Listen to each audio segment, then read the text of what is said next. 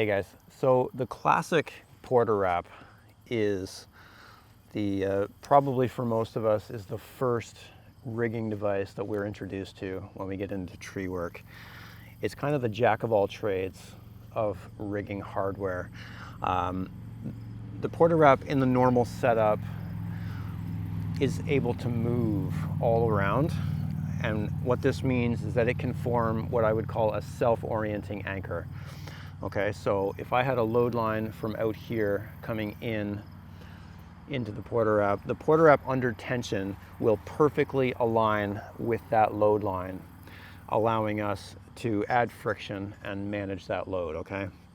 Now, obviously, one of the most common usages for the porter wrap is at the base of the tree to add friction to lower heavy things. And in that scenario, you have a load line coming down, so the porter wrap self-orients up like this, okay? Now this works fine for most rigging setups. It works definitely good for overhead rigging. Overhead meaning that your rigging point is above the piece that you're cutting. So when you cut it, a very minimal amount of slack is introduced into the system. In my opinion, where the porter wrap in a regular setup doesn't work very well is negative rigging, meaning that your rigging point is below the piece being cut. So when it's cut, it free falls and there's slack introduced, okay? Now, I don't have any footage of this because I'm always the one up in the tree, but you'll just have to kind of trust me.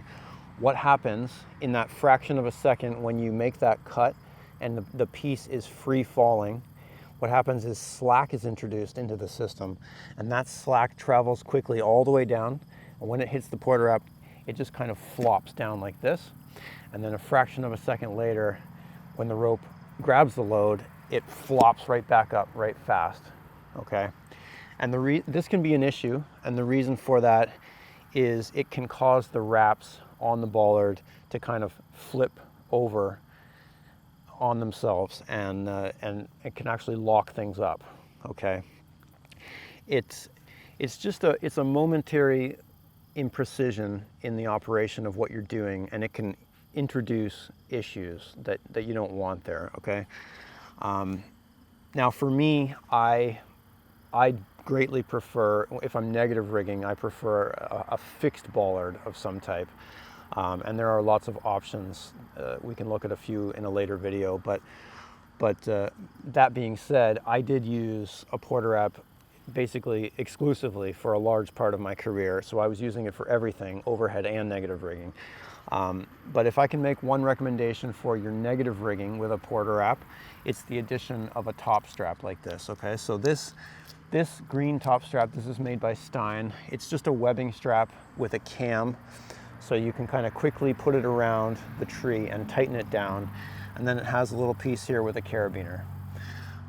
And what you do is you can clip it on to the porter wrap like that with the gate out. And what that does is it just holds the porter wrap vertical. So it's no longer floppy. It can still turn, it can rotate, but it can't flop down like it could before. You can also, if you don't have a Stein top strap like this, you can also improvise your own just out of a ratchet strap, and you can add a carabiner. Okay, so you can improvise your own. I really like the design of this Stein one, and they're cheap. So there's one little difference if you're using it like this for loading. When you put your bite in, all you got to do is just rotate it to the side like this and around the pin, and then take your slack out and operate like normal, okay? So that's the only difference. So like I say, if you are using a porter wrap for negative rigging, I highly recommend the Stein top strap.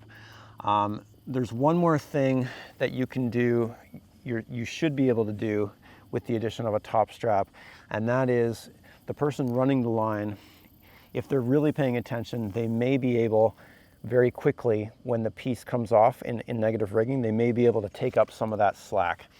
And again, the reason that they can do that is because this doesn't flop.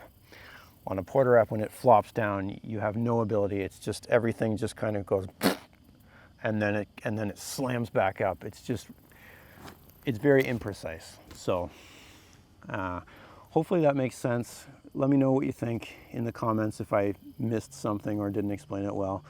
But hopefully you can get some value out of that. And until next time.